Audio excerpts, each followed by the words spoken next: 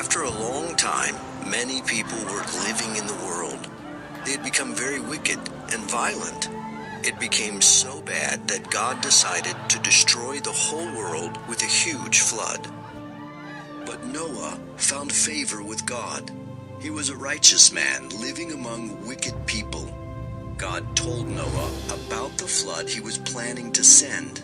He told Noah to build a huge boat. God told Noah to make the boat about 140 meters long, 23 meters wide, and 13.5 meters high. Noah was to build it with wood and to make 3 levels, many rooms, a roof, and a window. The boat would keep Noah, his family, and every kind of land animal safe during the flood. Noah obeyed God. He and his 3 sons built the boat just the way God had told them. It took many years to build the boat because it was so big.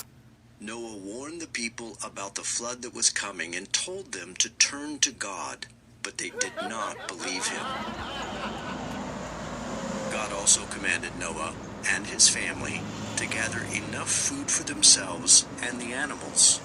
When everything was ready, God told Noah it was time for him, his wife, his 3 sons, and their wives to get into the boat. 8 people in all. God sent a male and a female of every animal and bird to Noah so they could go into the boat and be kept safe during the flood. God sent 7 males and 7 females of every type of animal that could be used for sacrifices. When they were all in the boat, God himself closed the door. Then it began to rain, and rain, and rain. It rained for 40 days and 40 nights without stopping. Water also came gushing up out of the earth. Everything in the whole world was covered with water, even the highest mountains. Everything that lived on the dry land died, except the people and animals that were in the boat. The boat floated on the water and kept everything inside the boat safe from drowning. After the rains stopped, the boat floated on the water for 5 months, and during this time, the water started going down. Then one day the boat rested on the top of a mountain, but the world was still covered with water. After 3 more months, the tops of the mountains were visible. After 40 more days, Noah sent out a bird called a raven to see if the water had dried up. The raven flew back and forth, looking for dry land, but it could not find any.